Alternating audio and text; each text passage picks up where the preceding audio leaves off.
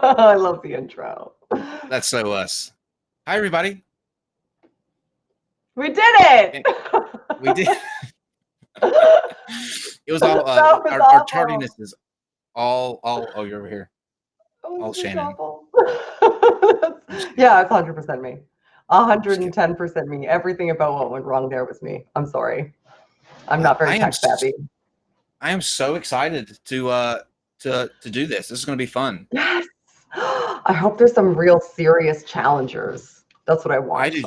I do too. Do you want to sort of explain what we're going to be doing here and try to rile up some potential callers? Absolutely. So what we're going to be doing is we're going to be taking calls from the general audience. And what we're looking for is people to challenge us or anybody who has questions about deconversion that may need advice. So I'm open to both, and so is Kyle.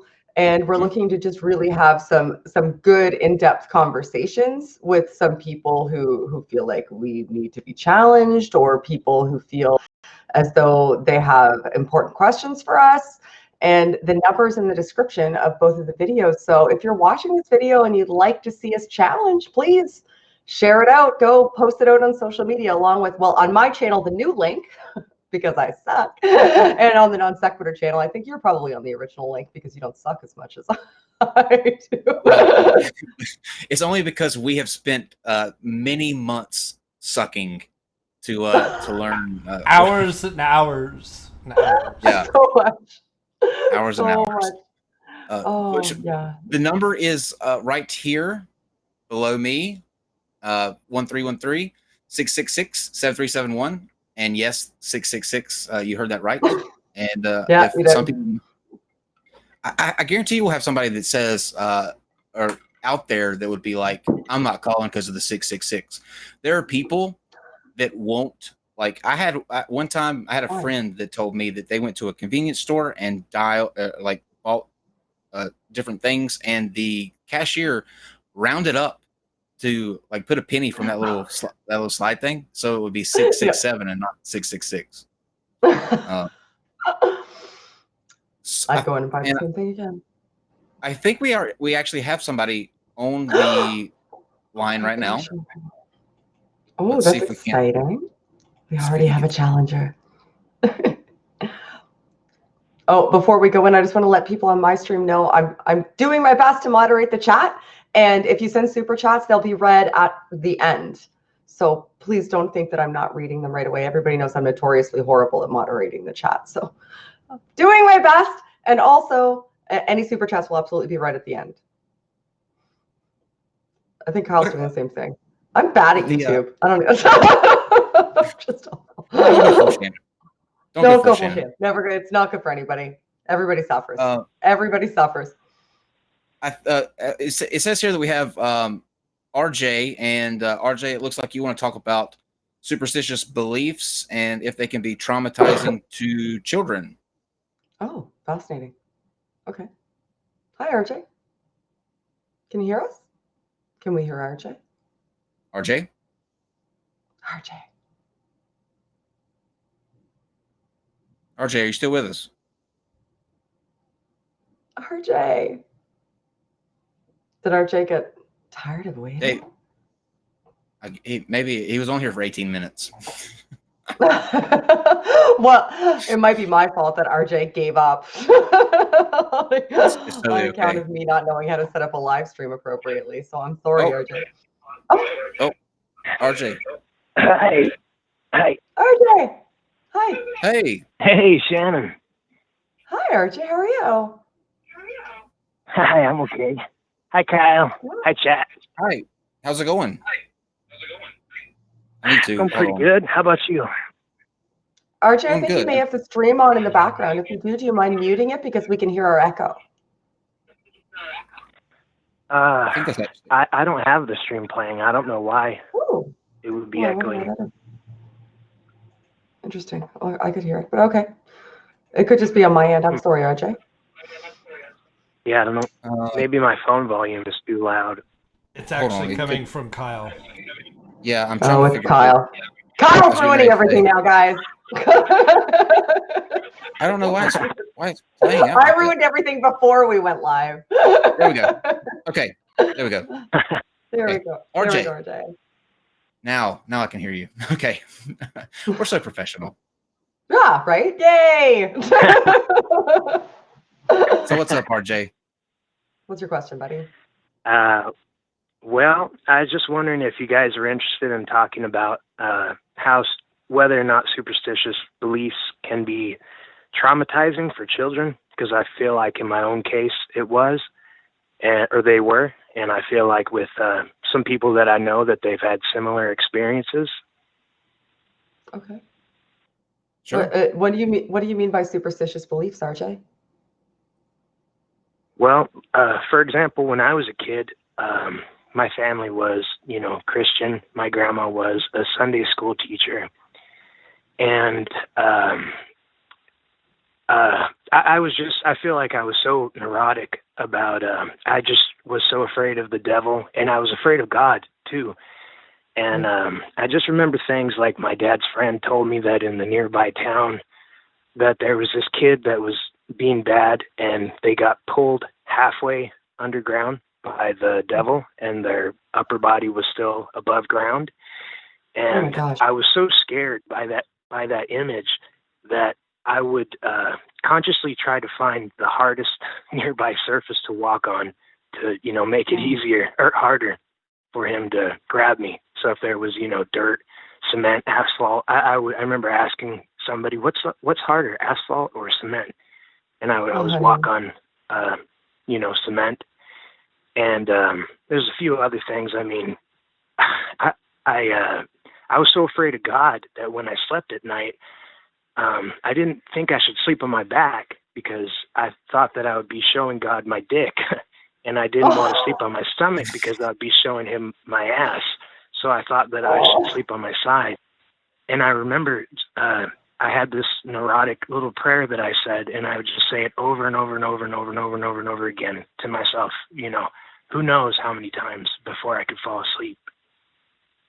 I'm so sorry. I'm so sorry that you had that experience and that it was harmful to you. Like, before I go into talking about generalities, I just want you to know that I recognize that for you, because I'm certain that the reason that you called is because it's personal to you, and I appreciate you being able to share that with a public audience, because it can't be easy, and I'm certain that other people will commiserate and can relate to what you're saying. So I respect you for being able to do that now. Going in. Thank you. I got mad respect for you. So. For me? Oh, bless your heart. I am the list of my faults is long and varied. but thank you. I really do appreciate that. It's very kind. It makes me want to aspire to be better. So I appreciate that. Going into where it causes harm, I did a video called "The Demons in Your Children," and that was a really extremist a version of Christian indoctrination, where the children were actually actively being, physically and mentally harmed, essentially on purpose. If anybody's interested in having a look at that, and I go a bit into the psychology of why it's harmful in that. Speaking more on a generalized basis, I had a conversation with Prophet of Zod about this before he did a video as well, because he did a video on something very similar. I can't remember the title of the video now. I wish I could. If so, I could direct you directly to it, but please go to his channel and check it out. It should be very, very easy to find if this is a subject that interests you, because he did a fantastic job. But I think instilling a fear in children very, very early on that they will face ultimate punishment for not living up to an unattainable standard that they can't even really fathom because of how they process information at a young age is not great. Like, if you tell a child that essentially you have to either be perfect or atone for not being perfect, or you will suffer the ultimate penalty for eternity, that can be damaging. I don't understand how it cannot be. As people will rationalize it by saying, well, you can ask for forgiveness and be atoned. So a child knows that they can ask forgiveness for their sins. But children are a little bit more rational and black and white than people realize. And they also realize that, what if I don't ask for forgiveness and something happens? So that puts them in a constant state of concern, where they feel as though every moment, every second, every hour of the day, they need to ask for forgiveness, because what if something happens and they hadn't atoned? Yeah. Because consequences are what children live by. That's why discipline works, is because children live by consequence, because they live in the moment. And when each moment means that you could be subject to an eternity of suffering for something finite, for something that is so human, that all of us, like all of us do something that would be qualified as a sin by somebody's standard practically every moment. Imagine being a child who can't comprehend or critically assess those ideas, and being aware only of the penalty. Exactly. I'm sorry. You can't control your thoughts, and things come in, and then you get worried, like, why am I thinking that this is bad? I shouldn't be having these kind of thoughts. Even as just a kid, you're already having self-censoring yourself because of these thought crimes, Certainly. Absolutely. And worried about your actions in a way that you can't quite rationalize yet. And you so want, especially as a children, you so want to be able to be a gratifying person to people that you deem as members of your family and members of your extended family who love you or in authority. And in your conceptualization, God would be the ultimate member of your family and the ultimate authority. And he's somebody that, aside from a list of ascribed rules that are told to you, you can't even converse with to find out what he wants from you. You have to figure that out for yourself. So it's an incredibly valid question that I think more people should take time to contemplate, especially when they threaten children with things like hell or God's punishment. Realize what that means to a child. And children aren't very great at articulating their internalized torment, because they're so busy trying to please you, which causes irreparable permanent damage. Kyle, do you have anything to contribute? I feel like I could see that, because your parents are like the original relationship, and then they're giving you all these ideas, all these beliefs and everything, and there's no way to really not believe them when you're a really little kid, because that's just, I don't know if I've heard that we're wired that way through evolution, that we listen to our parents, because if they tell us, hey, there's a cliff over there, be careful or you'll fall off, and then you don't, then you fall off and die. So you're wired to, believe them. And they're your parents, so you trust them. They take care of you, they give you food and a place to live. Sure. I've got to start going first, I think, on these questions, because how am I supposed to follow up that? Kyle, stop it. Stop it. No, seriously, You're I think just making up for what you did to me at Faithless Forum. I'll forever be doing that. Thanks, guy. RJ, did you have anything else that you wanted to say? And we're gonna switch over to the next call. No, not really. I mean, I have more examples just from like my wife and people I know that have gone through the same thing. But I think maybe we painted enough of a general picture. So cool. I appreciate the call, RJ. Thank you. It was awesome talking to you guys. You as well. I appreciate you taking the time. I'm sorry, I didn't catch that last thing. I just said I appreciate you taking the time, RJ. Thank you. Yeah, no problem. Thank you. I'll be watching the show. Good. Awesome. I'm glad. Thanks. Something to sort of kind of tail end on that. What are your views on, like, how do you handle Santa Claus if you're not a believer? I struggle with that, actually, because I have an 8-year-old and he believes in Santa Claus. Right. And one of the reasons and I go back and forth, because I'm essentially a hypocrite. But I also want him to have the experience knowing that it's temporary, like that I had, and also want him to be able to have that shared experience with his friends who also believe in Santa Claus, and secretly as a mom don't want to be the mom whose kid ruined Santa Claus for the entire grade 2 class. There's that Right. also. But That'd be great. I don't use Santa Claus as a moral compass. So Santa Claus, the way I reconcile it is that Santa Claus isn't a threat. Santa Claus, like I've not said the words. Actually, I've maybe said the words in my life, but not within the past probably 4 or 5 years when I was fully entrenched and realized the rationalization. I've not said the words Santa's watching, or, don't do this because, Santa doesn't give gifts to bad boys. Like I won't use him as somebody to mitigate my kid's behavior. Like it's my job to parent him, and I shouldn't use Santa as that.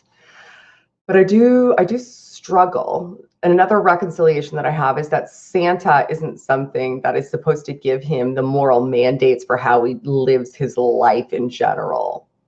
And I know it's temporary. Sure. So that's fair. Like I totally agree with you there. I couldn't, looking back, there's part of the experience, where it's sort of like it's experience with your friends, the shows that come on, like Santa is a central figure, and right. there are people who make the argument that it's, well, you shouldn't lie to your kids, and I don't think it's lying to your kids. I think it's a nice game of pretend, and there's nothing wrong with pretend. Right. Well, I remember like thinking, if you're bad and Santa gives you coal, right? Well, I was like, well, coal's a lot better than going to hell. So there's that. There's that, yes. All right. There's that. Next, we have Ethan, and Ethan's calling about whether there is a moral way to completely withdraw from politics and religion. Ooh. Hello? Ethan, are you there? Oh, this is a little surreal. Oh, yeah. Can you hear me? We can. Oh, okay, perfect. This actually is a question that I was just talking to my friend about today. He's a political science major. Both my political and religious views are very different than my parents, and it causes a lot of stress and fighting, and a lot of the times I don't want to engage in, the arguments for social justice, things like that, just because it's taxing and stressing, and, but I also recognize the fact that there's some sort of moral responsibility in arguing for people who either can't argue for themselves or for what's right regardless. And I don't want to deal with it anymore, but at the same time, like, I don't know if there's a moral way to just ignore it and leave it behind. And I was just wondering what your guys' take was on that. It depends on what. Go ahead, Kyle. You go first. Your turn. That's a good question, and I echo that sentiment a lot. I think that nowadays there's just so much that is going on. There's so many different things that are reaching for your attention at all times, whether it be with Trump or anything else in politics, the goings on with, like you mentioned, either social justice movements or activism.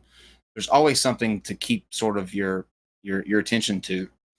I think, to me, you have to pick one or two that is close to you. You can't do them all, right? You can't be the end all be all of every problem that's going on. So for me, I like to keep like one or two things that are close to me, like the anti-theism thing and the LGBTQ advocacy, and I focus on those. And if the other stuff, I try to stay, somewhat knowingly of, just because of what we do and like topical events and that sort of thing. But it's really ultimately your choice. Like, if you don't want to deal with politics, don't deal with politics. If you don't want to deal with social justice issues, then stay away from them. There's nothing wrong with just living life the way you want to. Don't do it for other people's sake or because you think that other people expect that of you, because that's just that's not a thing that I would put on myself. But if you have some interests, follow those, and the things that don't interest you, stay away from, because it's just a headache.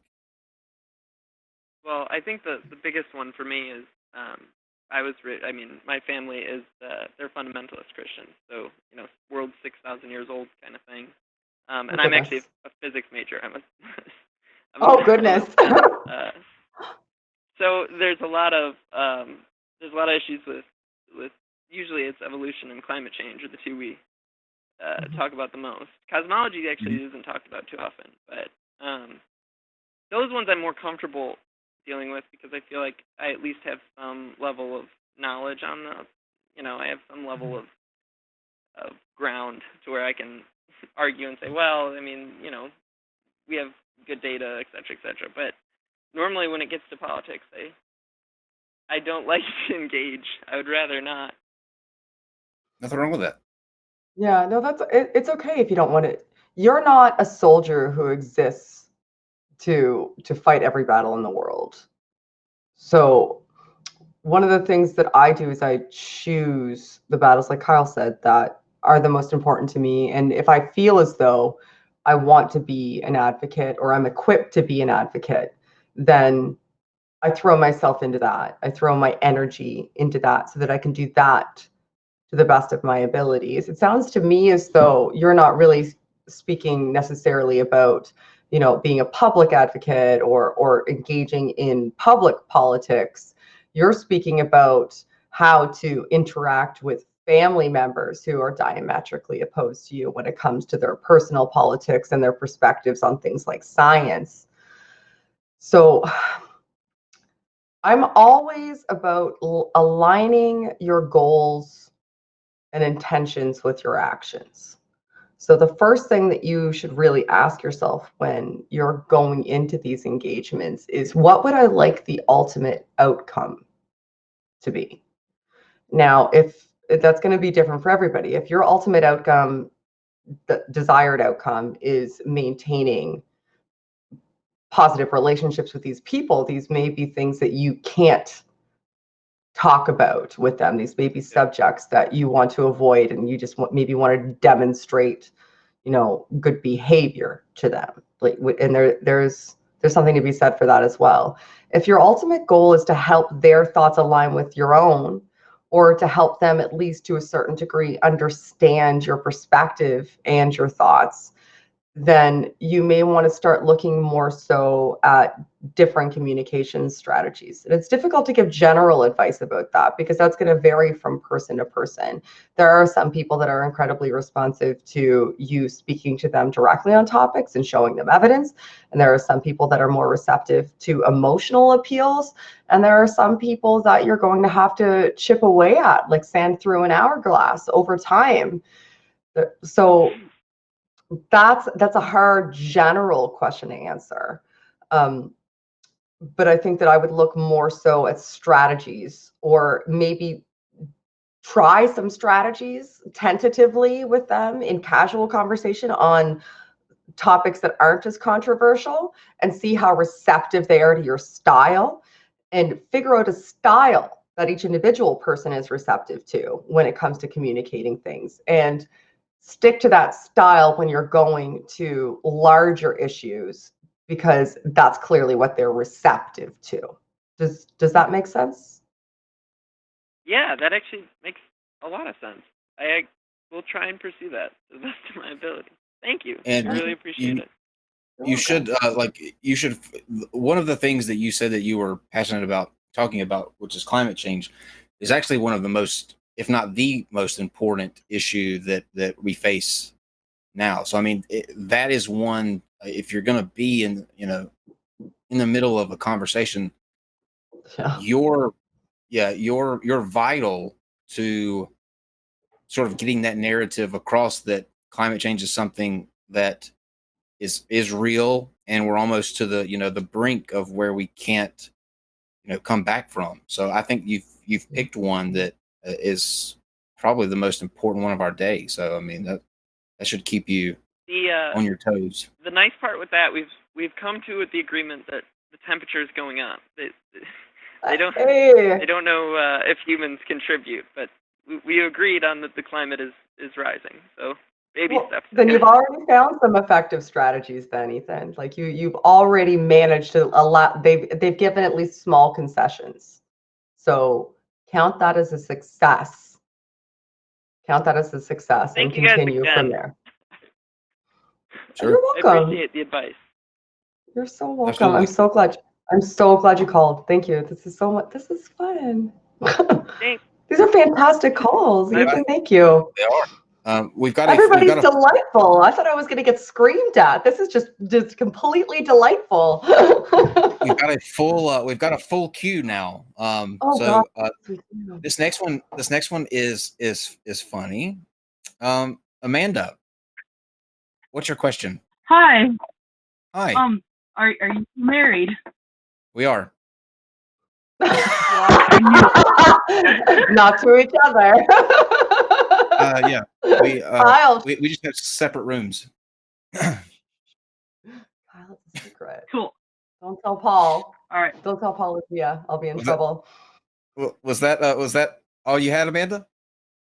I was happy That's to it. answer that Thank for you you very guys so quickly. much. I really love Yeah, you you're guys' content. Thank you. Don't tell anyone though. Don't let the secret Don't tell out. anybody. I the won't. secret. What happens in Not Texas anyone. stays in Texas. Okay. All right. Let's see. We've got next coming up Rob, who wants to talk about activism. Hello, Ooh. Rob. Hi, Rob.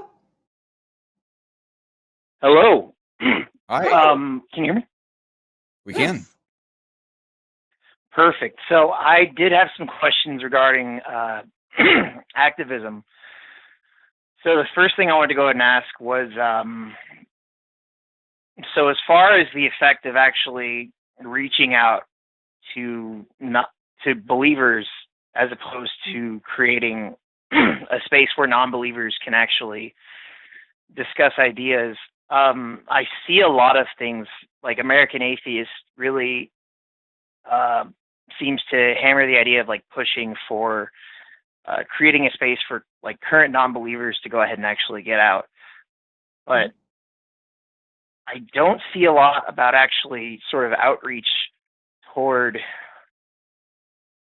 trying to just get out and talk to people who believe in like religions and superstitions and all that.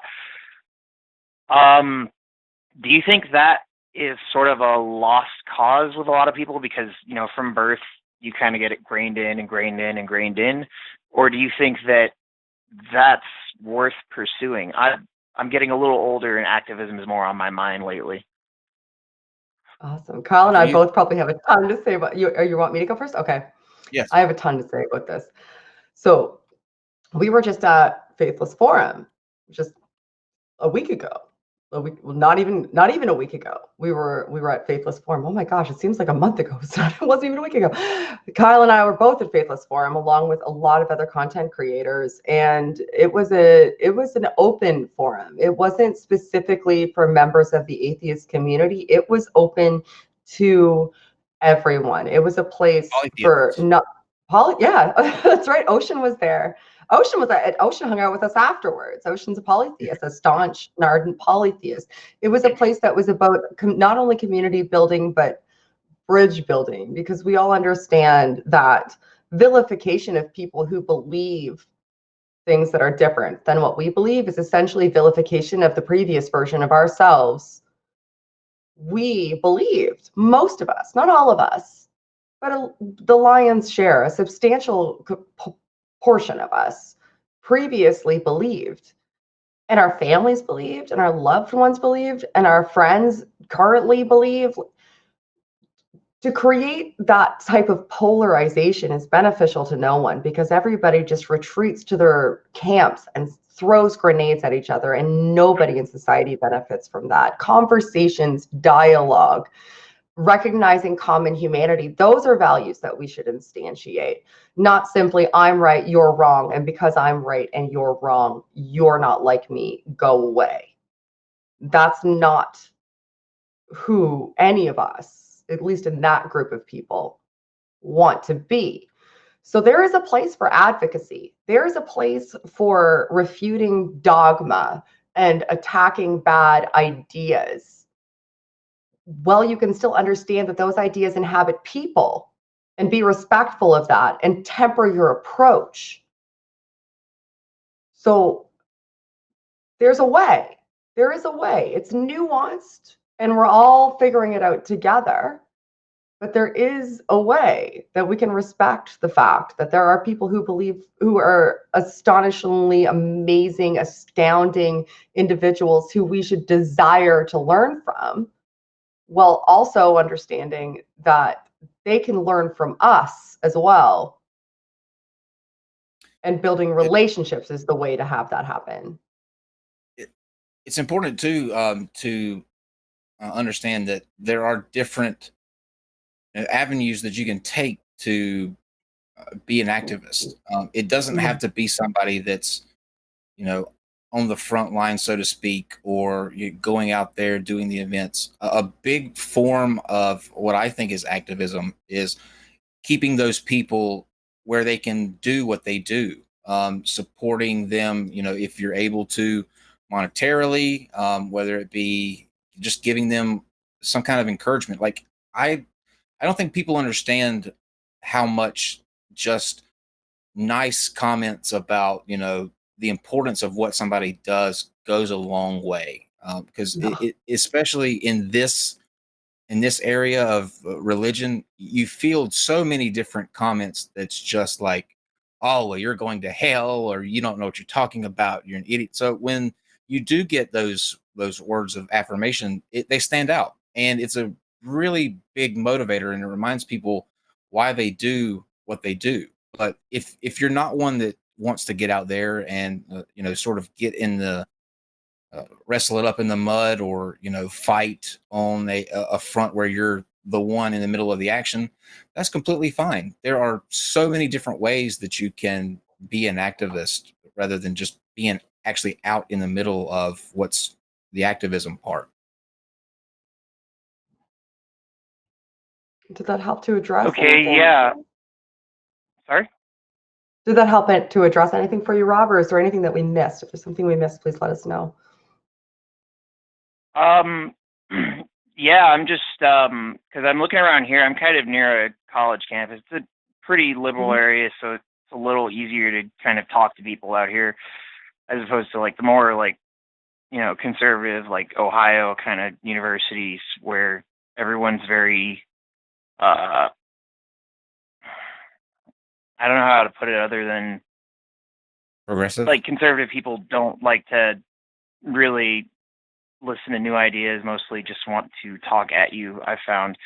So but I've noticed that there isn't really much in the way of activism out here. There isn't much going on in my area, at least. And I'm wondering if it's worth just getting out there, setting up a folding table and just saying, just putting a sign up that says, I don't believe in God, come talk to me. Yes. Absolutely. Oh my gosh, yes. If that's something that you are motivated to do and you feel comfortable doing it, you should do it. You have absolutely no idea the effect you would have. You may never know the effect you have, but you would have an effect.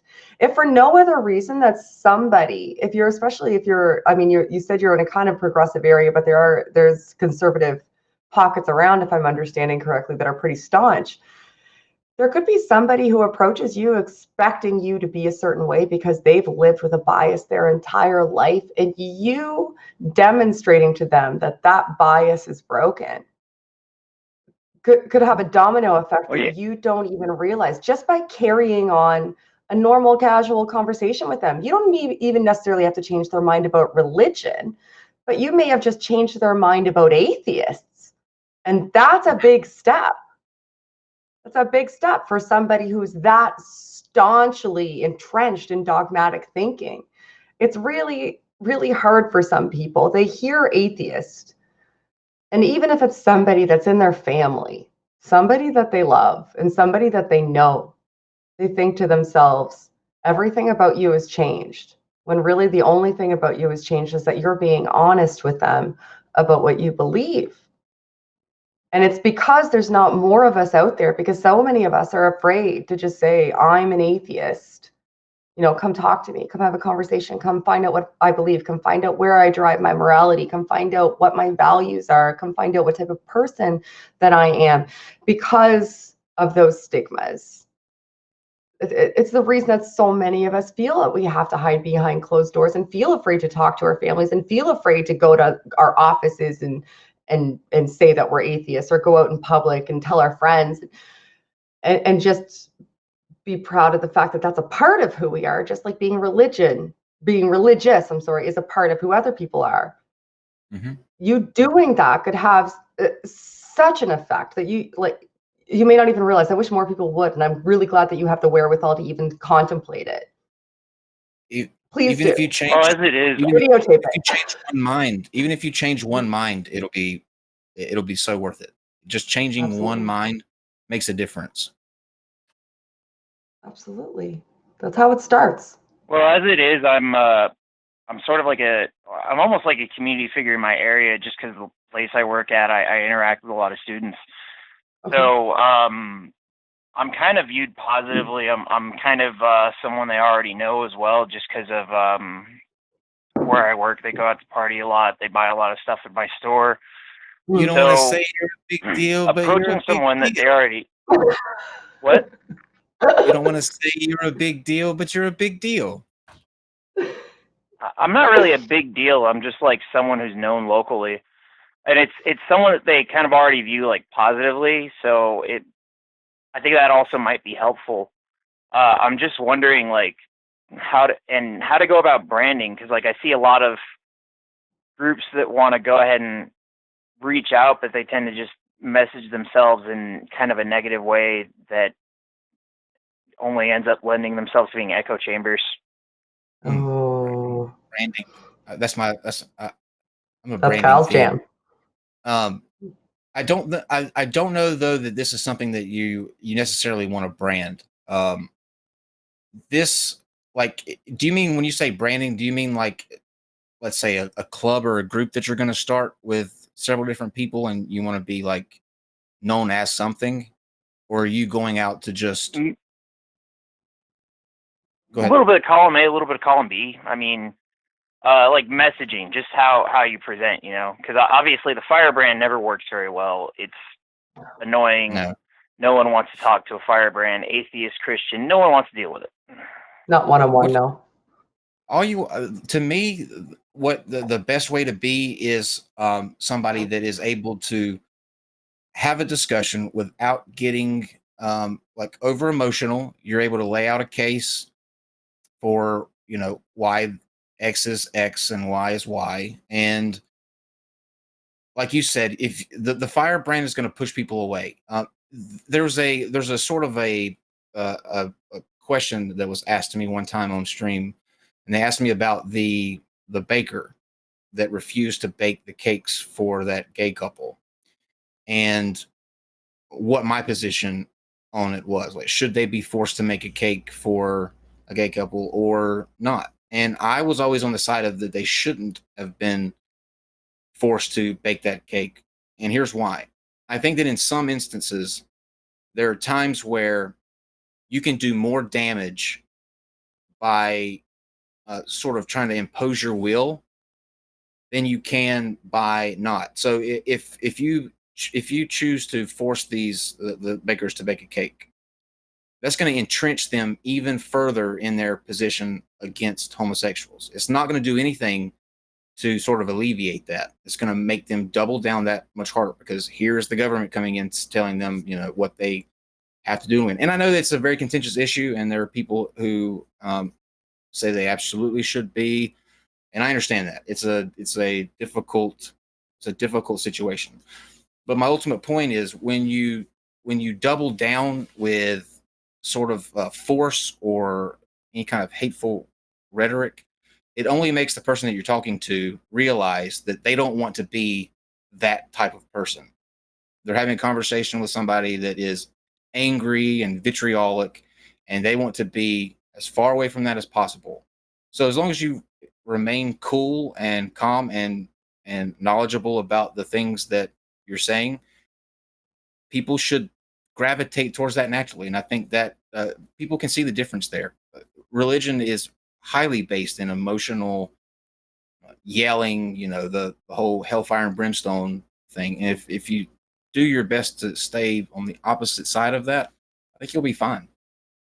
Yeah. It goes down Yeah, to intent.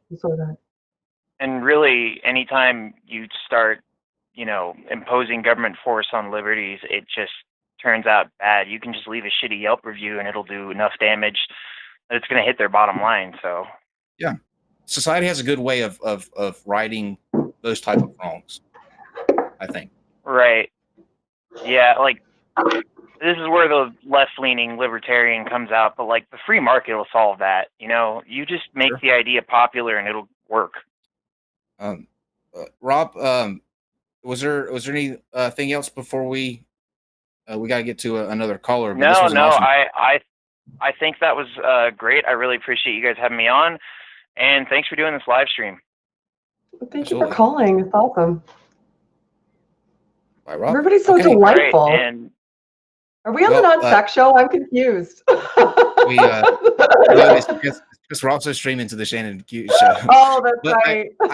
I think that there may be somebody that wants to talk to you. It looks like about maybe anti-theism. Now I'm going to caller.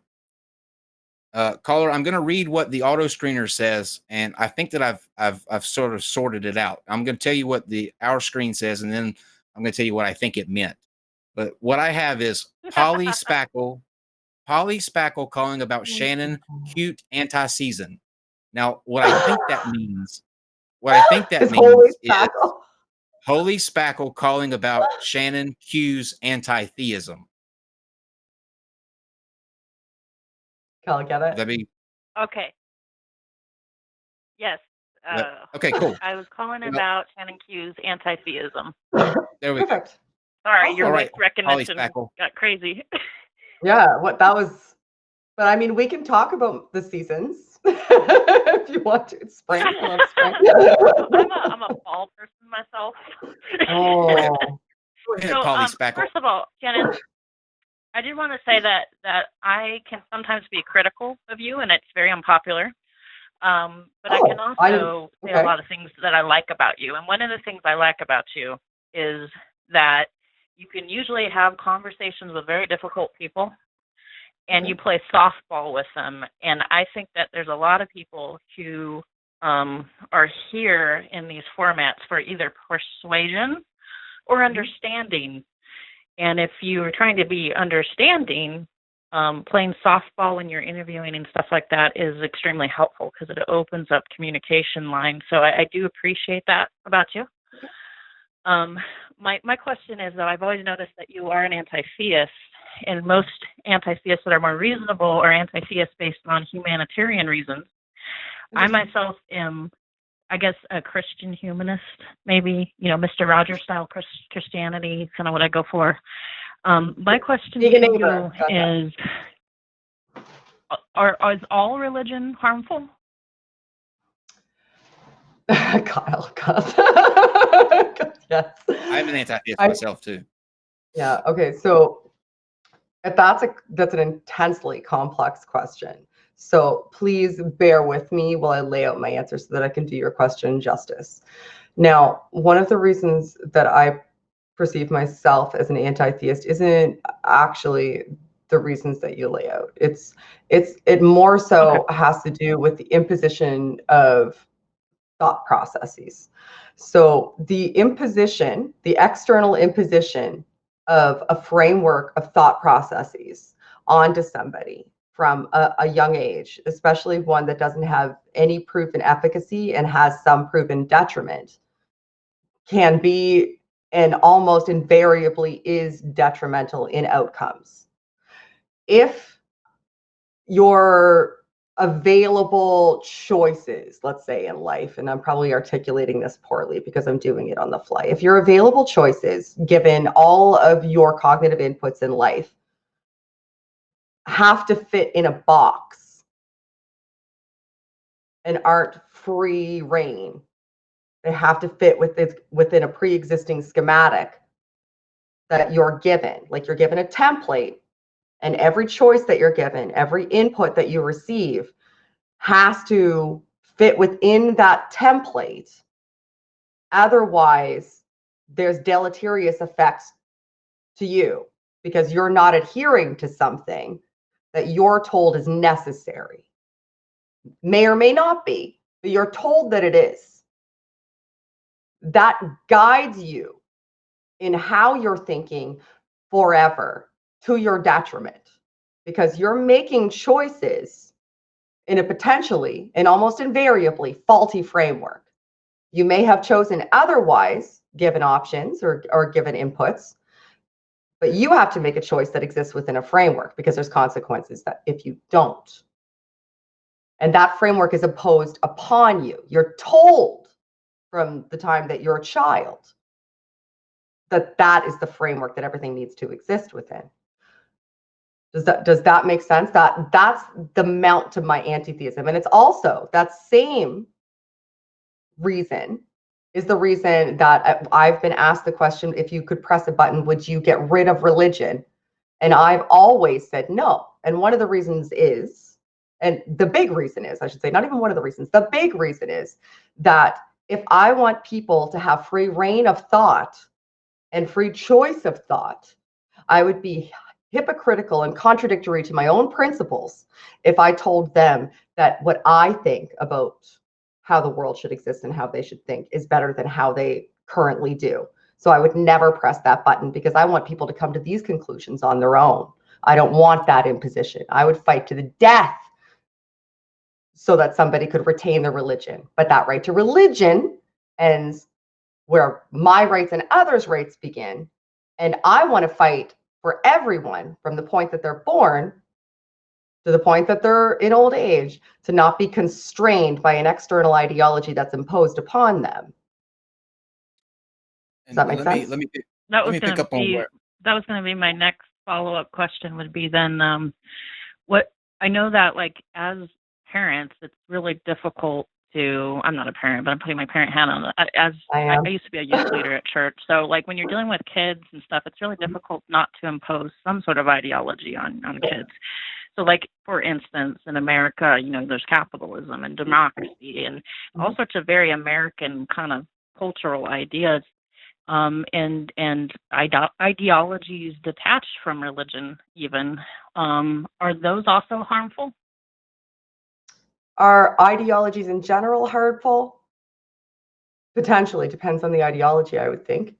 Are dogmatic ideologies that are consequential, that are imposed on you from the time that you're born, harmful when they don't necessarily have any proven efficacy? Yes. Now, I am a parent, and this is another thing that I've said publicly. My job as a parent isn't to teach my child what to think, it's to help him learn how to think. So whatever religion he chooses, or none at all, will be his choice and not mine. So that's not an ideological imposition. What I'm teaching him to do, and what everybody should teach children to do, is to rationally assess propositions. So if he's presented with any ideology, he knows that he's able to critically assess that free of consequence from me, certainly.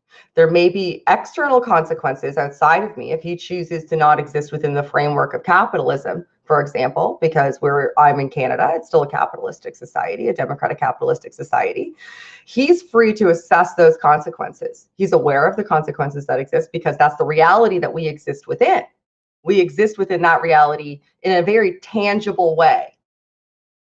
So he's aware of those existing consequences in his real life in reality. Now, me imposing additional existential consequences on top of that tangible reality consequence is an added level of consequentialism that I am now imposing upon a child. He's already grappling with ideologies. He's already grappling with the reality of what you need to grapple with to exist in the world. Me adding a level to that and saying, not only do you have to assess these principles that I'm proposing to you, and we can have a conversation about that. We can look at how you assess these things. But on top of that, here's a list of mandates that have been dictated to us that we have to adhere to no matter what, and they cannot be questioned. The rest of the propositions that I put in front of him can be questioned, and he understands the real world tangible consequences. These are existential consequences that he doesn't know whether or not do or do not exist. He does not know whether or not hell does or does not exist, and nobody does. And anybody who says that they do know absolutely, as a matter of fact, is just full of it, as far as I am concerned. And I'm certainly not going to impose that on my child. And anybody who makes an argument that I should, or I'm just omitting an ideology because I'm a hypocrite, isn't critically assessing it, I don't think. And if he decides to believe in it one day, that's him. But I'm not going to tell him he has to. I think that was what I said. And let me say this to sort of summarize that up on why I'm an anti-theist, and it's for sort of what Shannon pointed out. The critical thinking part is paramount to how we function together as a society. If you take a look at the failure of critical thinking in the anti-vax movement, the fact that one article was able to sort of bring back these diseases that we've been without for years, and now they're at epidemic levels. I mean, it's because of a lack of critical thinking that happened. And the thing with religion is, and why I think religion is harmful, is because it sort of teaches you by default to think that doubt is for some reason a bad thing.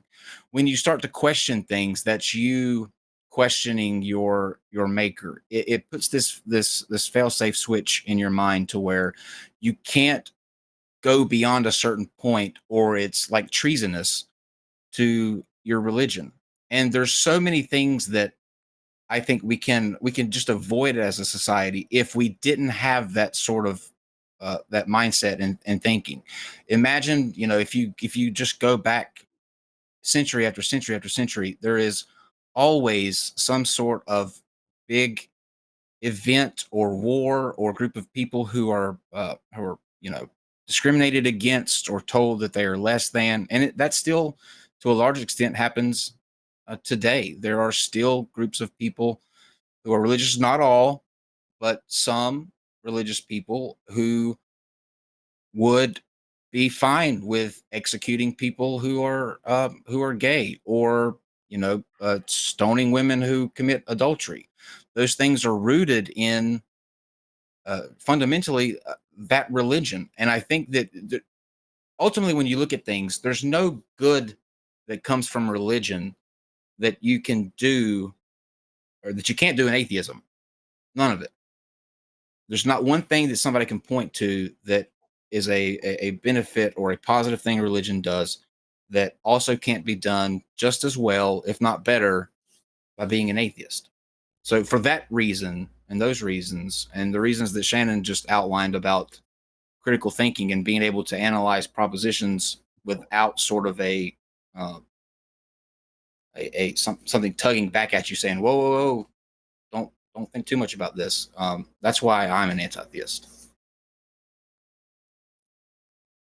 Okay, yeah, I appreciate your thoughts on it, because I find that a lot of anti-theists are extremely, and not yourself, and Kyle's never been anything but kind and respectful to me, but there are many anti-theists that I've locked heads with that are very firebrand, incendiary, unfair, and it's very frustrating to have those conversations. So I appreciate that you took the time to eloquently state your reasons.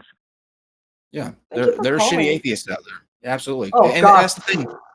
The only thing that sort of we have in common is the fact that we don't believe a God exists. That's it. Everything else is on the table. I mean, you've seen it here. Shannon and I have been. We had a show about an atheist a couple of months ago, and some comments that he made. Like, it's atheist does not mean that you are free from being a shitty person or having bad ideas or just being a really terrible person. That exists throughout the board in every single religion, non-religion, politics. Those people are across the board. You have to look, I think, to see the people that are living the way that they say that other people should, or sort of adhering to the principles that they're espousing to adhere to. You can tell people right away by how they act. I think character is a huge thing, and I'm sorry that you've had bad experiences with that, but I mean, it runs both ways. Like, that I've had bad experiences obviously, with it runs Christians. both ways. I fight with Christians all the time. Yeah, absolutely. Yeah, and we Absolutely. fight with atheists all the time. Holy smokes. Yes. And also Yes, keep we being do. critical with me. Please. Mhm. Be critical. Be critical. I want to be able to analyze myself and ensure that I am adhering to the principles that I espouse. So Sure. yeah, please. I didn't realize that you were critical of me, but I'm glad to hear it, and I hope that I can I find said critical, places not where you flame were. throwing. No. Critical's good. Don't necessarily be flame throwing. I'm not sure how productive that is. Like, I have enough of that. God help me. Have you seen my Twitter? Although every now and then she needs the stone. So you know the what, stones Kyle? are I fine. swear to God. Well, Thank you. I wanted to go say ahead. something real quick. Sure. And I'll be out of your hair soon. There's a woman who recently died. Her name is Rachel Held Evans, and if you Right. look her up, she's a columnist, and she's fairly popular as a liberal Christian columnist.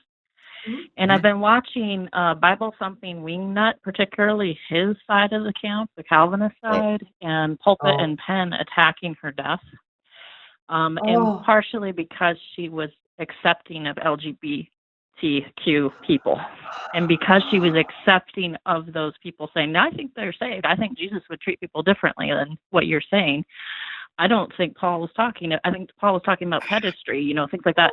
Because she explored those ideas, they're like convinced she's going to hell. And she talks about doubt.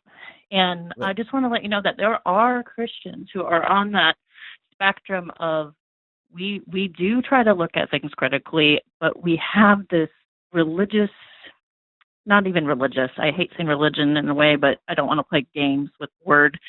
We have a calling to a spiritual thing, like this God belief, right? And so there are Christians that are kind of stuck in this middle ground of wanting to have conversations with skeptics and wanting to have conversations with our own camp, saying maybe we can progress, maybe we can get better. Come on. And I just want to let you know that there are people like Rob Bell, and there are people like Rachel Held Evans and John Pavlovich, John Pavlovich wrote a letter that said, if my son was gay, how would I treat him? And there are Christians that are trying to make a difference on their side of the camp. So I did want to bring that aware, because I know you guys highlight fundies all the time, and there are other Christians that do try to make a positive impact. And Holy right Spackle, I want to say a thing. I absolutely recognize that, and I struggle with my channel, and that's one of the reasons that I have so many conversations on my channel. I mean, I had Inspiring Philosophy on my channel, and he and I had a fantastic conversation, and I'm having Ben Shatner, who I get along fantastically, on my channel on Tuesday, this Tuesday coming. And one of the reasons is because people are people. Just because ideas inhabit those people that aren't the same ideas that I have, that doesn't mean that I shouldn't have respect for them, and not all of them are worth dismissing simply because they adhere to something different. And one of the reasons that we address the people that we do, and I can't speak for Kyle, but I can speak for myself, is because they're the ones who are actively causing harm. And that's undeniable and undeniable, I should say, and it requires addressing. Us ignoring it would be akin to just standing by and watching somebody be beat to us like that. We feel as though we are equipped to address these things, so we address these things. And I attempt to be clear in my videos, that especially my Christian counseling videos, I say, there are counselors of any and all faiths who are doing fantastic, amazing, wonderful, and productive work. Those aren't the people that I'm talking about. I try to make those addendums so that they're clear. So if I have not done a good job of doing that up until now, and you felt that it needed to be countered in this point because you felt as though I was making all people of faith out to be bad people, I apologize, and I'm sorry that you felt that you had to bring it up to be countered, because you shouldn't have had to feel that way, because I've made an effort to be certain that I didn't portray that message, and if I did, then I'm going to have to tighten it up a bit. And there's a reason, Holy Speckle, that like you said a minute ago, and I appreciate the compliment, that I've always been respectful and friendly towards you, and that's because you aren't one of those that are causing the harm and actively discriminating against people. I only try to go after those that are causing harm, and the ones that aren't, we get along fine. Like you and I have always had very pleasant interactions. I don't think that I've treated you ugly because you're a Christian, just like you haven't treated me badly because I'm an atheist. There's an understanding there, I think, that No. I'm not going after your, like, who am I to tell somebody what to believe? I don't have, I wouldn't try to do that to you, just like I would hope that you wouldn't do that to me. There's a respect there that Kyle, you can't ask me any questions that I'm not already asking myself. and that's good. And that's good. That's good. Yeah, that's good. But I'm just saying, like, I don't begrudge you of your faith, because you have faith in a way that is yours, and you're not trying to shove it off onto other people or try to rule people's lives with your religion. And that, to me, that is a fine thing. I have no issue with that. I have issues with the ones that are actively going out and voting for the legislation that alters people's lives and keeps people from doing such and such. So I don't, and that's why we've always gotten along, because I don't consider you in that camp. And yeah. Well, I have issues with that too, and I'm outspoken about it. So I think we do the line right there, which is, I'm for the legalization of gay marriage, and I'm for equal rights and things like that. But thank you so much for having a cordial conversation, both Shannon and Kyle. I'm going to head out because it's getting kind of noisy. All right. Thank you for calling. Have a good night. Thanks, Holy Speckle. Okay. All right. Let's see. We're probably it's almost 10:30 now. We'll probably try to get maybe one or two more in, depending on. Okay. This has been so much fun. Yeah. Although I forgot that we did start. We'll try to get two in. We did start a little late. We do have a full line. Next caller is Lynn. Lynn, and again, I'm just going to read what the screener says on here. Okay. Oh gosh. I want to talk about religion in high context culture and low contact Scotia. This reminds me of Poland. I'm from low contact Scotia. Poland. Hey, Lynn. Hello, Kai. Hello. Hello, Lynn? Shannon. Hi. Yeah. Here I am. How are you, Lynn? Hi. I'm sorry, I think you wrote my name wrong. It should be M-I-N-H, not that name. Min? Oh, I'm sorry. Min? Yeah. Yeah. Oh, I'm so sorry. Our call screener transcribes things really badly. so I'm so sorry. It's like Siri's stepbrother. Yeah. Sorry. It's not my English is not my first language, so I don't pronounce things very well. Not on you. We blame the call screener. It's automated. What can we do for you? Yeah, so I want to ask Shannon that do you think that religion is better like in a high context society instead of a low context one? And because I'm sure you study psychology, so I'm pretty sure you know what high context mean, right? High context society and low context society. Are you saying high contact? High context. Sorry. Context. Society. Yeah, context. Yeah. So you're referring to society. You know what? I'm not really sure that I know what you mean, to be honest with you. No. Yeah, let me try to explain in a way that may be clear. So high context culture, in my opinion, I mean, actually, I saw it, people discuss about it, meaning that people communicate to each other, not only through verbal, like the verbal communication, but also through nonverbal communication as well. So whatever somebody say to you, it doesn't just, you have to look at the body language of that person and the environment to judge the what the person mean, not just the words from that person saying. And I think that's why I think like religion, when people see it in a way that there is a layer of meanings in a story or a teaching, not just what the words say, and I guess it's less harmful in my opinion. So what do you think, Shannon? Okay, I'm going to try to repeat back to you what I believe my understanding is first, so that I'm making sure that I'm responding to the appropriate thing.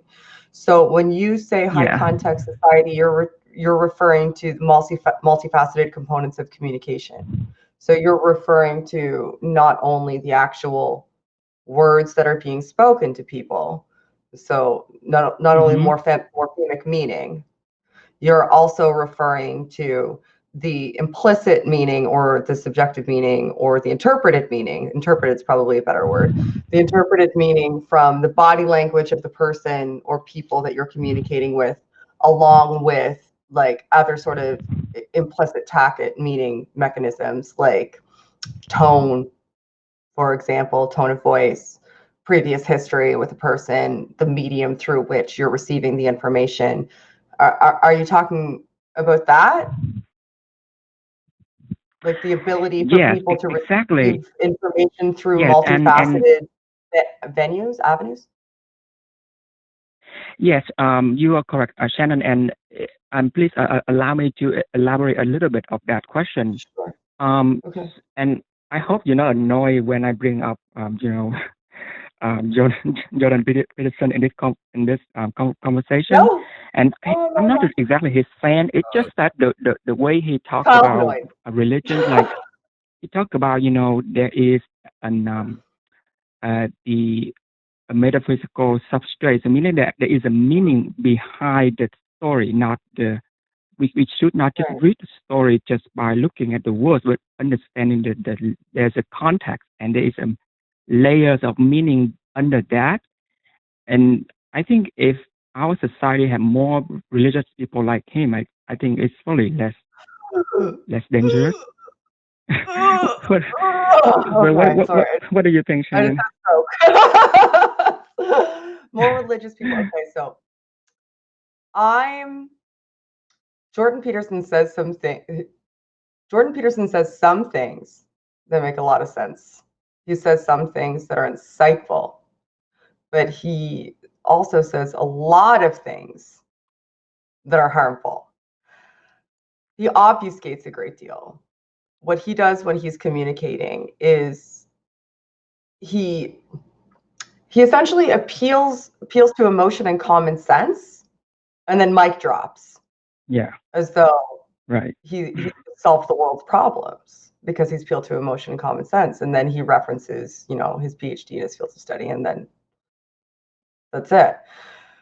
One of the things that, when specifically regarding his perceptions on religion, now there is value in finding meaning in narratives and stories and literature and media in general, I guess would be the best way to I guess conceptualize it, because media could mean many things throughout cultures throughout time. Us looking to stories to find meaning is nothing new, and it's not going away. Now, us looking to stories to find meaning and picking a particular story, deciding that story's meaning is the ultimate meaning, and then modeling our society and our lives after that one specific story, because subjectively somebody has decided that that story instantiates the best version of meaning, isn't a great idea. Would you think that that is a great idea? I mean, if what Jordan Peterson is advocating for is that we should really respect that we can find meaning in literature, and we can find meaning in stories, and we can find meaning in stories that have foundations in our histories and in the archetypes that we see in society, that mimic society as we see it, and that mimic society in its previous instantiations, and that we should have respect and reverence for the fact that those stories exist, then I absolutely agree with him. But that's not what he's saying. He's saying not only should we have respect and reverence for the fact that those stories exist, but that there is a specific story that we should have the most respect and the most reverence for. And that story, he won't say it's true. He won't pin himself down that much. But he's essentially espoused that this one's the best. And because it's the best, we should all aspire to live our lives as though this story is true. Now, I don't agree with that. And I think that people that do should start giving some critical analysis as to whether or not he's right about that story being the best. And there's a lot of people doing that, and the story's not the goddamn best. Or you could just clean your room. Or you could clean your room, which I wish Kyle would do more. Yeah. Since we're married. Yeah. Thank you, Shannon. Yeah. The thing is, when I immigrated to the United States, it took me a while, to learn to talk to communicate people directly what they say, not just just because I have a tendency to interpret people not just through what they say, but also the way they have the eye contact to me, or how their body language. And I am like that because the way of my religion, I guess, instilled me, because in my culture, people don't usually read religion the way the Western people do. So that we have a lot of, like parable or story, and then we don't just read it and say, okay, this is the way it is. But there is something else, so you have to contemplate on that, and let's sort of do some meditation exercise to get a meaning and apply it in your life. I guess that's why it's difficult for me not to have some sort of, I guess, spiritual belief based on the religious narrative. So that's why. I'm sorry. Yes, I'm so sorry. I didn't mean to interrupt you. There was a slight lag, and I thought you were done. I really apologize. It sounds to me as though what you're saying is there were some narratives that you were exposed to, some stories you were exposed to, or some really important writings that you were exposed to, that people encouraged you to be introspective about and analyze internally and meditate on those. Now, there's value in that, inarguably. There's value in introspection, always. And one of the reasons it sounds like you're saying that you're able to, I guess, read people as they're communicating, not simply for the words that they're saying, but their mannerisms and the method through which they deliver their message when they're communicating with you is because you were taught to be introspective and analytical and not take things on their face, and you derived positive outcomes from the practices that were a part of your faith. So my question to you would be, are those positive outcomes a result of a deity, or are they the result of you engaging in a positive practice that was affiliated with your faith? Because you could engage in those practices, perhaps they wouldn't be as strongly entrenched in culture if it wasn't for faith. And there could be arguments made for that, but you could entrench if these are values that we find beneficial, you could learn them without that faith. We're going to give you the last word, men, with answering Shannon's question, Sure. because I've got two more people on the line and two callers, Storm Runner and Free Skeptic. We are going to get to your two calls. I've closed out the lines, so we will get you two here in just a second. But men, go ahead and speak to what Shannon just said there, and then we'll get to the next call. Yeah, sure. So I guess, Shannon, I guess because in my society, religion, Buddhism is intertwined to the culture. So I don't. If you ask me, do I actually believe there is some sort of deity in that? I would say that at this point of my life, not really. I'm not seeing anything to be convinced of that. But I mean, the thinking, to derive any values, I do have to engage in some sort of metaphysical narrative in the religion to get it out. I don't think logic very well when it deals to meaning of my life or ethical conduct or like suffering. I don't think in those terms in logical words very well. So then the narrative in religion helped me work through that more easily and more productively. So that's why I'm still religious, I guess. So when you say religious, you mean that you found benefit from that specific cultural practice. So you're going to continue engaging in that cultural practice without the belief in any sort of deity affiliated with it.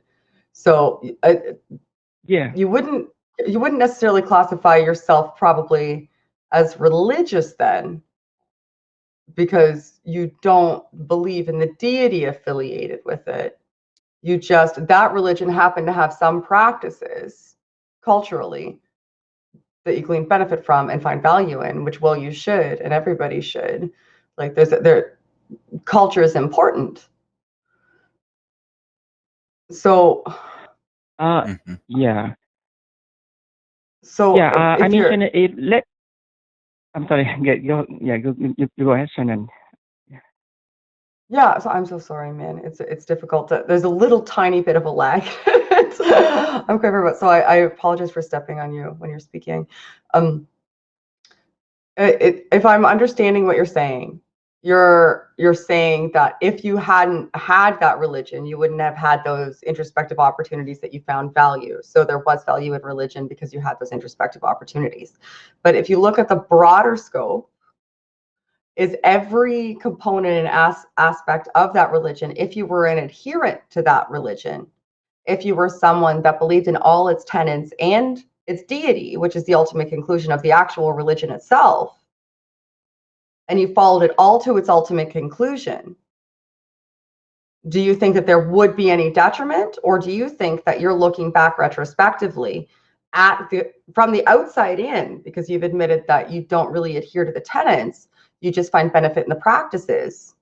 So it seems to me that you might be saying that there are practices that I gleaned from this that are beneficial, so I'd like to retain those, which is possible without the religion, because you're currently doing it without the religion. You're not religious. You just find benefit in some cultural practices that are affiliated with the religion. And well, Shannon. Yeah. So I'll be quick, and then I'll leave it live so you can take other callers. So what I want to say is, when there comes some sort of moral dilemma I had to deal with, I don't know how to think logically to resolve it. But when I read parables, like a Zen Buddhism story, somehow, some way, somehow, I'm able to work it out, and it can work out very quickly. And I don't have to think too much. It's somehow, I guess, subconsciously, it's sorted out somehow, and I get like immediately and know what to do. But if I had to think logically the way you do, it may take a long time. I may never get the answer I have to get. That's interesting You know, that to you deal would with. ascribe. Logically? That's What? interesting that you would ascribe the way that you would assume the way that I engage in decision making and problem solving. That's interesting because it sounds to me as though if you approach it, you're saying if you approach problems like life problems from a cold, calculated, logic only perspective, it's difficult to resolve them. But if you go into something that's comfortable and familiar and something that elicits emotional responses and active and inarguably activates different components of your neurological structure, like if there's different parts of your brain that are being activated at that point, like rather than just cold logic, you're activating your emotional centers at the same time. If you're simultaneously activating the parts of your consciousness that engage in emotional problems while contemplating a logical problem, there's a really solid chance that you're going to come to a more beneficial solution, because all of our problems aren't logical problems. Most of our problems aren't mathematical. They have to do with the dynamics of people. And those are emotional dynamics that you need to have future projection in order, and you need to understand how to interact with people. If you look at those strictly logically, they're never going to work, because you can't logically predict the next action of a human, because we're all a little bit bananas. But if you rest in an emotional place where you're looking at things introspectively from a perspective where you're engaging on an emotional level based on a metaphor or some sort of parable that is similar to the issue that you have, then sure, there's a better chance, especially if that's a place that you deem inspirational because of past history with religious experiences. Of course, it would logically follow that you have a better chance that you're going to find a more beneficial solution to that problem in that scenario, because of course you would, because you're engaging the faculties that are required in order to effectively solve that problem, where otherwise you wouldn't be. And Min, why don't we do this? Why don't you call in with us again next week? Yes. Did you just I'm send, sorry, did you just send in a super chat, Min? Yeah, that's me. Yes. Thank you it says you guys are awesome. Thank you for taking my call. Well, you're very welcome. I'm glad that you called. Give us a call back. Yeah, thank you so much, guys. Yeah. Not me. Absolutely. Yeah. Thank you so much. Yeah, thank you so much, guys. Yeah, I'll leave it so you can take another call. Thank you, Kai, and thank you, Shannon. Thanks, man. Give us a call back next week. Yeah, thank you. Absolutely. Sure. Thank you. Thank you. Okay. And then now we have Storm Bruner. I hope I'm saying that right. Storm Bruner? That is correct. Okay. And it says that you want to talk about Christians and the idea of redemption. Well, their idea of redemption, yes. Sure. So this is mostly geared towards Shannon. Hi, Shannon. Nice to speak to you. Hi. Nice to speak to you too. Yeah. Yeah, I'm a new subscriber, pretty big fan. So this is more of a geared towards you because of your expertise in psychology. Expertise is a strong word. Wait a minute. I also have expertise in psychology. I really don't. Okay, well then that's great. I'm just kidding. I really don't. That's good times, great. Here we go. Okay, this is geared towards both of y'all. I'll just say something stupid. Okay. No, you won't, Kyle. Be kind to yourself. Go ahead. Okay, so I was raised, a little background. I was raised in Texas in a very, very Christian area, and I've only been able to get out of that echo chamber over the past 8 years, and at this day I'm no longer a Christian. I'm an agnostic atheist, and it's like the more I'm outside of that echo chamber, the more that I begin to read into the things that were said to me and the conversations that I've had with people from my hometown. So this one conversation in particular that I had with a good friend of mine, he's really, really great guy. He's a preacher. And we're talking about, the idea of what was so appealing to Christianity for him was the idea of redemption. Mm-hmm. And so like the way the scriptures say is that the blood of Jesus Christ will wash your sins away. Right. And he interpreted that to mean that literally all the bad things you've done to people or just done in general would be literally wiped from existence. And I'm just like, to me, that's not how the world works. When something is done, it cannot be undone. You can try to redeem yourself, but you cannot undo it. So my question is that, do y'all think that it's possible that one of the big reasons why people hold on to Christianity in particular, that's the one I'm going to really address here, is because they have, done something shitty in the past, and they hurt somebody, and that person is long gone, and they can't go make it up to them in person, so they try to make up for it by going to church and serving, the God of the Bible. Do you think that they try to seek a pseudo redemption from something like that? It's possible. Hello? I'll just throw in real quick and then let Shannon take it, because that is a question that's geared towards her, and I think she would be able to put it out more succinctly than I can. But I would say there are probably circumstances where that's happened, and it's entirely possible. I don't think it's a main driver of it. I would point to like tradition within a family, or some sort of link between it's something that they grew up with and they just kind of stick with it. But I'm sure there have been many cases where the very scenario you described happens.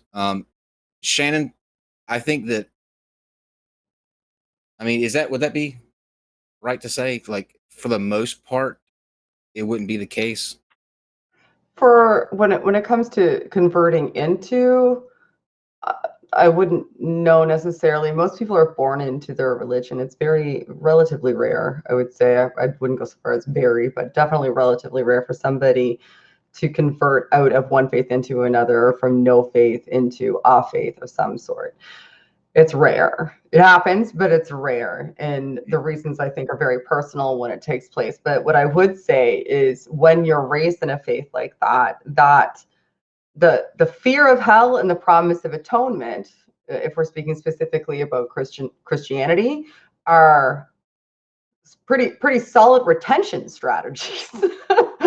If you're looking to keep people, if you're looking for somebody to not want to turn away from a faith, knowing that you've gone through a life and made mistakes like all of us had, and done some potentially shitty things and treated some people wrong, and that you can ask somebody else for forgiveness, and not even ask that person, and not even actually in real life give reparations for what you've done, and still have the promise of eternal pleasure for doing all of the hard work of being sorry, would that's appealing.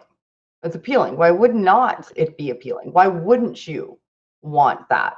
Especially when it's coupled with the fear that if you don't do those things, if you don't, cash in that get out of jail free card, you're going to be tortured forever. And if you really believe in both of those things, if you really believe that you're going to be tortured forever if you don't atone, and if you really believe that you can atone and not only avoid being tortured forever, but be entirely absolved of what you did without even having to address it with the person or people that you have done it to, why wouldn't you? Right. Yeah. I mean, and going, that whole moral reasoning of, you need to do this, otherwise you need to make amends to this person, otherwise God's going to cast you into hell. I just don't understand that moral reasoning anymore, because like, it's, to me, it's like, I'm just like everybody else. I've made mistakes. I've hurt people. people that I care about, people that I didn't care about. But it didn't matter because at the end of the day, I still felt bad. I don't really want to hurt people. And so, I tried to make amends. I tried to seek redemption with those people because I guess I have I know I said people I didn't care about, but I guess in a way I have a general caring for all of humanity. But and you care about what it says about you too. What's that? Can I say something on that? I'm sorry, Shannon. Go ahead. What did you say? I don't think you heard what you said. Really quick, I said, and also you care about what it says about you too. You want to have a good perspective of yourself. You want to be a good person, and you want to instantiate values that demonstrate to yourself that you are the person that you want to be. Exactly. So, yeah, exactly. So, go ahead. Ultimately, though, the religion angle isn't going to get you, I don't think, in the long run, that satisfaction. Even if you were to follow the religion to a T, it's not going to, I don't think, right your conscience about whatever wrongs were done. To me, the only way to sort of make those right is to actually go to those that you've wronged and try to make amends. That would be the best, most effective way. Now, the only way that matters. Right. Yeah. And a lot of people don't do that. Why? Because we become cowards. We don't want to face the one thing that humans just do not want to face in any aspect is when we mess up, when we do something wrong, when we've done somebody wrong, when we've broken the rules. That's why people lie like they do. You will do anything to try to get out of someone knowing that you did something wrong, whether it be against them or against society as a whole, or whatever the case may be. But the only way to really, I guess, any sort of redemption is through that person that you wronged. Otherwise, to me, it's meaningless. Like you can go to church and pray every Sunday, but it doesn't do anything to right the wrong that you did against that specific person. That specific person still feels that injustice that was done towards them. And you being in a building every Sunday praying to some deity does not in any way, shape, or form make that person, feel whole again. So you have to go to the source of where you messed up and try to make amends for true redemption, I would say. Yeah. The idea that you could do something reprehensible to somebody, ask for forgiveness, and have it forever without resolving it with that person who is still potentially suffering irreparably and has no forgiveness to ask for because they did nothing wrong, and you can walk away with a clean conscience while they still walk through life suffering, is morally reprehensible in my mind. Kyle had a fantastic point there. Yeah, I agree. Psychology. My dad, for example, he talks about how before he was a Christian, he was a horrible person, and I've heard that story from a dozen different other men that in my hometown about how when they became a Christian, they supposedly became better people. I don't really know if that's true or not because I can't really say because I didn't know them. I was still pretty young when I was hearing these stories, so I didn't know them before they became Christian. So, but true. I think that it's like these people latch on to an empty promise of redemption with Christianity, and I think that's I guess maybe it's really a thing in my own little community in Texas. Yeah, that's a good way to put it. Very good way to put it. Excellent call. Yeah, thank you. Great question. Thank you very much, Stormburner, for calling. Hopefully we'll talk to you soon. It was nice to speak to y'all. Thanks for having me. You as well. Me too. I know these are great calls. So good. I know, and you know what? We've missed since we've cut off. There have been 62 calls. Okay, so guys, we're gonna do this every week. This will be so much fun. We're gonna talk to everyone every Thursday. Everyone, all of the people. We'll be on time next week. The free skeptic. Oh my God, that's me. That wasn't your fault. Free skeptic. That was totally my fault. Now this is going to be a very somber thing to end on, but nonetheless, we will try to get into this. But you want to talk about the right to die? Oh, I do. First of all, your screen or whatever, it's furry skeptic, but that's okay. Like, furry skeptic. I don't know if you guys remember me, but I'm Twitter and stuff. Yeah. You made me into a garbage but that doesn't matter. Yeah. No, past Victor, yeah. Actually, I have the two people responsible for that in one call. Sorry, we're getting static from your end, furry skeptic. I don't know what's happening. My too close to fun. I'm so bad. Reality. Better? I was making a joke. I was making a joke that we were losing your connection. Oh. Please go ahead. I'm bad at sarcasm, guys. Me too. But yeah, I'm just talking to two of the wrong people then. King and Queen. No, you're just. I'm just so terrible. It's okay. So I just wanted to talk about this because I just find it interesting, like an interesting topic. Because Shannon, I don't know your thoughts on this, but Kyle, you had said in one live stream that I'd heard you were talking about that you believe in the right to die if, like, for extreme medical conditions. Is that right? Right. Correct. Okay, so why not for any reason? Because I kind of think people should have that right for any reason. Sure, I understand that. And this is again is just like the cake thing I was talking about earlier. There are some issues where both sides I think can make sense, and it just is going to depend on sort of like how your brain works and where you fall on it. I can see the side for why not just let people who are, I assume you're talking about like severely depressed, that sort of thing. Yeah, I mean, I definitely think people should get help first. Like, I'm not saying just at the first inclination, whatever. Yeah. But at a certain point, there are people that just don't get better, or maybe they're just old and they're not sick, they're just done, And they should be able to have that right to say, okay, I'm done. I'll agree with you on the age thing. I would see a problem there. The where I have an issue, and I think where the distinction lies for me is, I don't want to think of somebody, let's say in their 20s, in a state where it's just like they just feel hopeless and not being able to see the other, the end of the tunnel, the light at the end of the tunnel. It's just dark, and making a decision that if they would have just held on a little bit longer, maybe they could have got out of. Or, I mean, that's just, to me, like, I don't want to let somebody, like, make a decision like that is just so final, especially at that age, because there's so many things going on, not only within themselves, chemically, or as they're growing, but their social structures. People are evil. Like, people are really, really shitty people sometimes.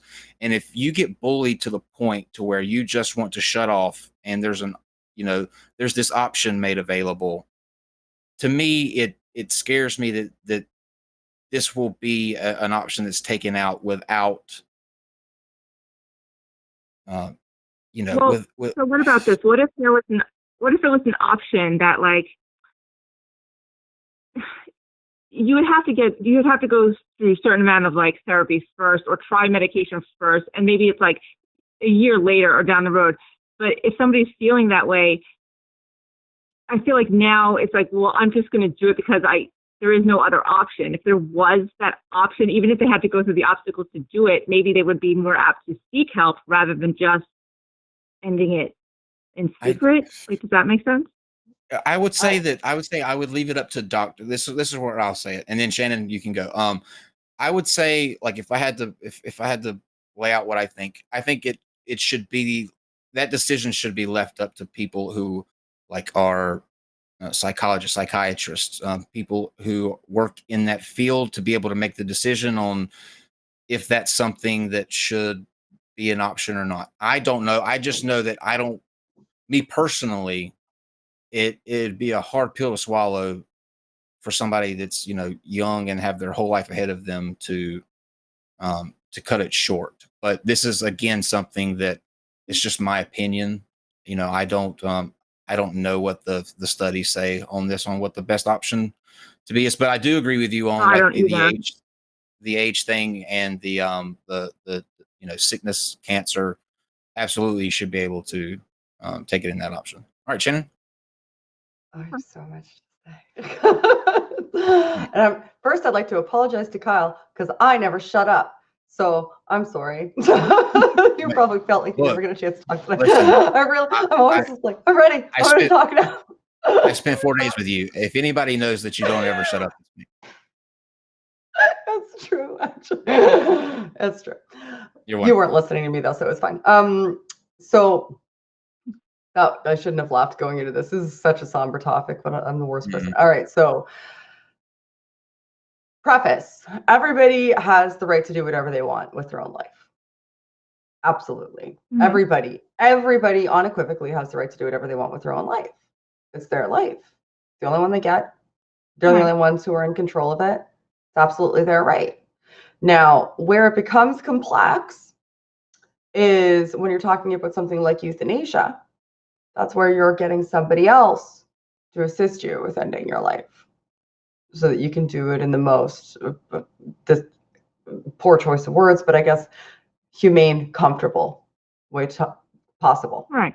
Now, when it comes to something like a terminal illness, something where no matter what happens, you know, the cure to the disease that you currently have is not going to be found in time to cure you before you go, like, you march down a painful, torturous path to an inevitable end.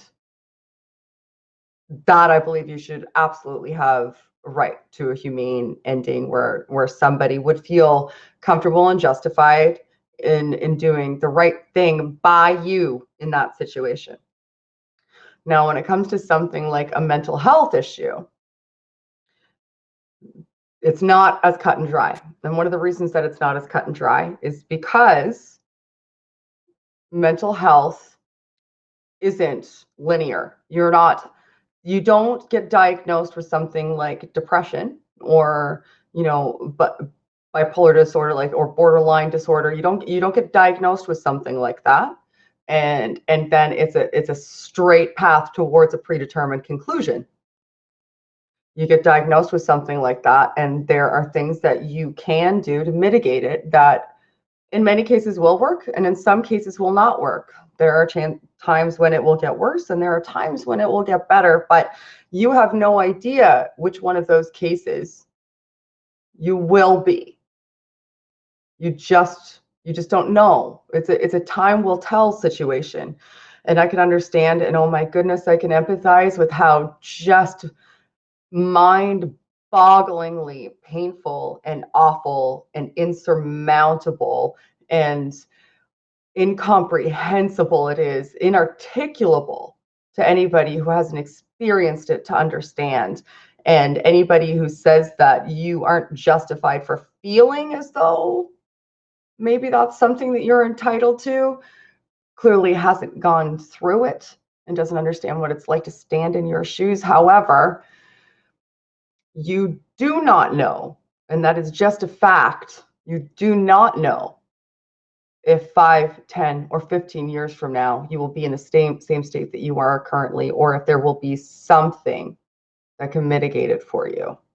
You just don't know. It's not as linear a progression. Someone wait 5, 10, 15, sorry. It just feels like making someone wait 5, 10, 15 years of being in that to see if maybe it will get better. I don't know. That feels kind of not right either. Wouldn't that be worth it though? If they could be happy? Well, it doesn't feel like it's worth it at the moment. Maybe not to them. I don't know.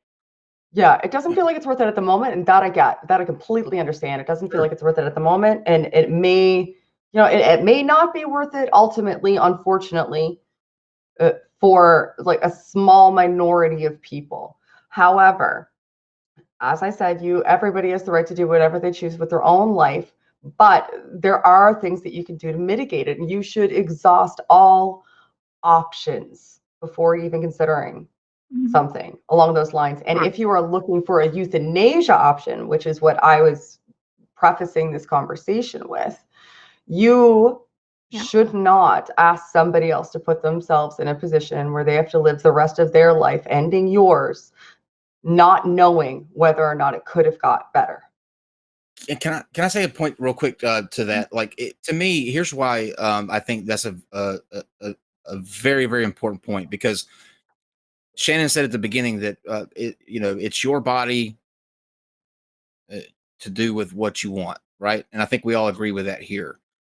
But if someone is hell bent on ending their life, they're going to do it regardless of whether euthanasia is legal or not. And those that are hanging on, just for the euthanasia part, I think are the ones that would make it through until something worked. You know what I'm saying? Like, if you desire to end your life bad enough, nothing's going to stop you from doing that. Right. Like, what is that? What exactly are you asking? Are you asking if if assisted suicide should be available, if some sort of euthanasia should be available, or if people should just have the right to do it? Because undeniably they have that right. Literally nobody can stop them. Well, I was leaning more towards that the assisted or euthanasia option should be available. I absolutely couldn't advocate I definitely agree that definitely go through whatever, like, try to get better, but I just know that there are people that don't, and that, I don't know. I understand that you're looking at it from a place of empathy.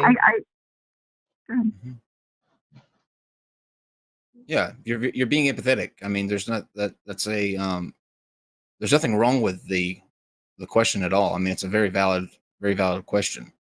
It just hinges on is the euthanasia aspect of it the only thing keeping them from committing suicide? And if you have a desire to, if you're that miserable, going through life, usually nothing's going to stop you. And if you're just holding out for euthanasia to become legal, I think that's one of those times that those people can hold on and maybe get through it. Maybe not. I don't know. It's one of those, like I said, I don't know if I don't know the studies behind it, or if this would cause an increase in suicides that are maybe not necessary. Unnecessary. And I think my question comes a lot from empathy of, like, I'd rather, it seems better to, if they're going, like you said, if they're going to do it, they're going to do it, and rather than it be painful or doing it wrong, or like it being worse, like if something happened, getting an injection and going to sleep and getting the chance to say goodbye to your family first, that just seems the kinder way to do it, I guess. I don't know. I can understand your empathy, and sure, and I understand that your heart's in the right place going into it. I could never advocate for that, because, like I said, and this is a really important point, I think, there's no predetermined conclusion. There's no predetermined outcome with mental health disorders. There is no telling what the long range forecast is going to be for you in these situations. There just isn't. Like, it, I mean, you could go, I don't want to make anything analogous, because it's not fair to do it, but just it could be temporary. There's no guarantee that it's not, but in a lot of cases it is. It really, really is. It doesn't feel temporary, and it feels incredibly painful. But if I had the choice now, going in with a clear mind, not being affected by a mental health disorder at the moment, to say, you're going to go, through a bout of something, and going into it, somebody told me it may last the rest of your life, or it may last 6 months to a year, and you won't know which. You won't know which. I feel as though I would want to see if I could come out the other end and do everything I could to make sure that I did. And that would be the best thing for me and the most empathetic thing in that scenario for me, because I'm given the opportunity for life at the other side. And this is the only one I have. Mm-hmm. But your heart's in, your heart's in the right place, though. For your schedule, I definitely understand where you're coming from, and it's a very fair question. Thank you so much for calling in. This was amazing. Sorry for leaving Terry's making the sad one last. No, it's okay. No, it was great, fantastic. We'll just say garbage ferret, and that will make everybody garbage ferret. Bye. Best thing I've ever done for society. I think with a total of 9 calls, 62 attempted calls. Wow. This was a success, and I've been watching my chat. I don't know about yours, but I think I have super chats. I should go look. Oh, yes. I have two. You probably have like 38, but I have 2. No. Oh, and they're both from Vibrantly Brantley. Oh, thanks, Vibrantly Brantley. I love Brant. He's always super supportive of the channel. The first one, he said, Santa's not real, unsubscribed. Okay, well, maybe I take it back. Well, he's always too super soon, supportive. Wow. And the second one said, no. I know. Prove me wrong. And the second one said, if you don't want Bell to charge you long distance, send super chats to have your questions heard. Aw, he redeemed himself on the second one. He clearly did not subscribe. Brant's one of my glorious patrons. He would never do that to me. And Kwasa says, what would it take to get Kyle in an 80s mullet and Shannon in a 70s afro wig as fan service? Not a lot. Oh, we're very easy. God. We can do that. I don't know. I'd have to go find an afro wig. Let me think. What big events coming up? Are there any holidays or when's your birthday? December 8th. Oh, okay. Mine's in we July. Get a while. Maybe in July. It's Paul's on May 24th, though. There we go. Paul's birthday. Nancy Sorviso says, thanks for the stream. Your international number. I don't have an international number yet. I didn't even think about that, to be honest with you. Next week we will have one. Thank you for that note. See, it's the little things that you don't even think about. Corrupt syntax. From the shortest truck driver from India to the ugliest plumber from Florida, Kyle wins today's hair debate. Oh, hell. What? Yeah. Stonehawk says, so freaking happy to see some furry representation around here. Thank you so much for those super chats. But yeah, I was going to say, I was watching the live chat and people were just, I think, thrilled. If you liked this stream in both chats, give a capital Q in the chat so that we can see that. But I thought this was an amazing success. You didn't go full Shannon, and you did great. I didn't go full. We started late, and I had to create an entirely new live stream. But aside from that, that was your fault. that was full Shannon. Yeah, but now you know better. I expected you to mess up, honestly, a lot more than you did, and I'm kind of Dave. Thanks. I'll give you that 20. I'll give you that 20 tomorrow. God damn asshole! All the time, every time. I think, you know what? Today's the day that me and Kyle are just going to be delightful to each other. You decide, fuck that. Well, I'm going to be Shannon angry today. Brian G says, if I outreach Inc. ever calls in, put him at the front of the line, please. Shannon and I can some guy that was like talking shit about atheism in the live chat. Obviously, here's the thing about these people though, and then I promise we'll let you guys go because you've been very patient, especially on my side, hanging with us for 5 hours now. But people who talk a lot of shit in the chat and just sound completely ignorant never, ever, ever will come in and back up what they say on a stream. Yeah, ever. Call. So that's a great thing about this. It's like you can call if you have an issue with us instead of just like being a keyboard warrior in the chat, talking about blah, blah, blah, blah, they don't know what they're talking about, call in. We're going to do it every week. It's my Every understanding Thursday. Every Thursday. At this time on Thursdays, me and Kyle on both of our channels are going to be taking calls now. So now's your opportunity. Tell us all about why we're wrong about everything. You don't have to do it in the chats. You can do it to our face. Be brave. I'm ready. And we will sometimes be. Shannon and I have the call screen in front of us, so we can see who's calling and what they're calling about. There will be times too where maybe somebody that has a disagreement or a question, we will be able to take the order in. So if sometimes you call in and the wait times are a little long, it's only because we're triaging the. You like how I threw that word in?